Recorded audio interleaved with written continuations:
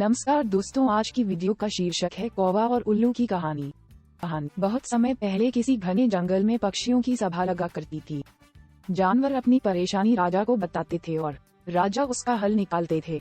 लेकिन एक जंगल ऐसा भी था जिसका राजा गरुड़ सिर्फ भगवान विष्णु की भक्ति में लीन रहता था।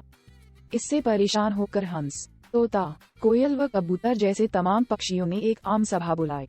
सभा में सभी पक्षियों ने एक स्वर में कहा कि हमारे राजा गरुड़ हमारी ओर ध्यान ही नहीं देते। तभी मोर ने कहा कि हमें अपनी परेशानियों को लेकर विष्णु लोक जाना पड़ता है। सभी जानवरों की दुर्गति हो रही है, लेकिन हमारे राजा को कोई फर्क नहीं पड़ता। उसी वक्त हुदहुद चिड़िया ने एक नया राजा बनाने का प्रस्ताव रखा। कोयल ने कुहू कुहू और मुर्गे ने कुकड़ुकू की आवाज निकालकर इसका समर्थन किया। इस तरह घंटों चली सभा में परेशान पक्षियों ने आम सहमति से एक नया राजा चुनने का फैसला लिया। अब राजा को चुनने के लिए रोज बैठक होने लगी।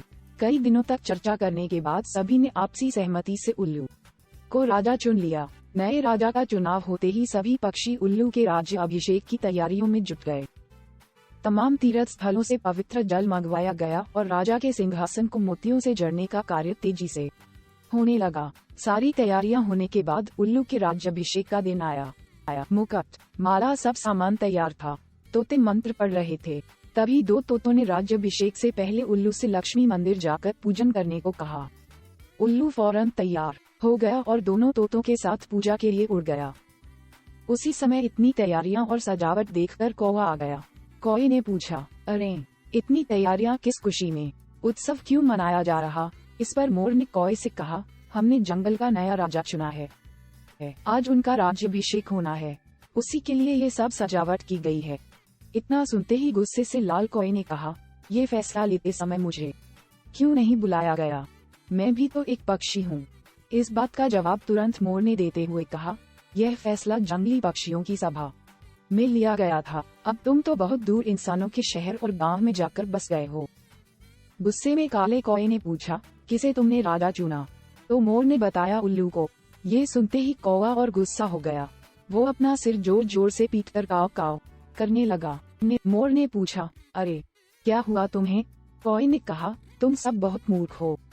उल्लू को राजा चुन लिया, जो दिन भर सोता और जिसे सिर्फ रात में दिखाई देता। तुम अपनी परेशानी किसके पास लेकर जाओगे? इतने सुंदर और बुद्धिमान पक्षियों के होते हुए भी अलसी और काया। उल्लू को अपना राजा चुनने पर तुम्हें शर्म नहीं आई? धीरे धीरे कौवे की बात पक्षियों पर असर करने लगी। सभी आपस में फुसफुसाने लगे। उन्हें लगने लगा कि उनसे बहुत बड़ी भूल हो गई है। इस वजह से देखते ही देखते सभी पक्षी वहां से गायब हो गए। राज्याभिषेक के लिए सजी जगह पूरी सूनी हो गई। अब जैसे ही उल्लू और दो तोते वापस आए तो उन्होंने जगह को सूना पाया। ये देखकर दोनों अपने साथियों को ढूंढने और वहां से जाने की वजह जानने के लिए उड़ गए। वहीं उल्लू को कुछ दिख तो रहा नहीं था, इसलिए उसे कुछ पता नहीं चला और राज्याभिषेक के लिए तैयार होने लगा। लेकिन चारों तरफ शांति होने पर उसे शक हुआ।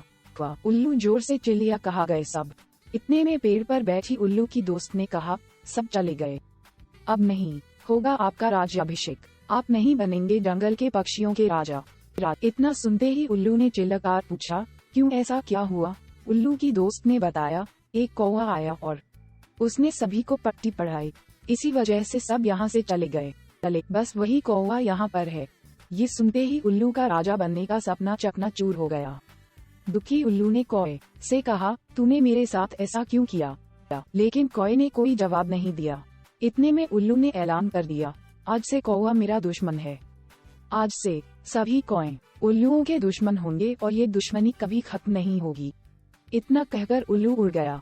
उल्लू की धमकी सुनकर कौवा बहुत परेशान हो गया और कुछ देर तक सोचने लगा।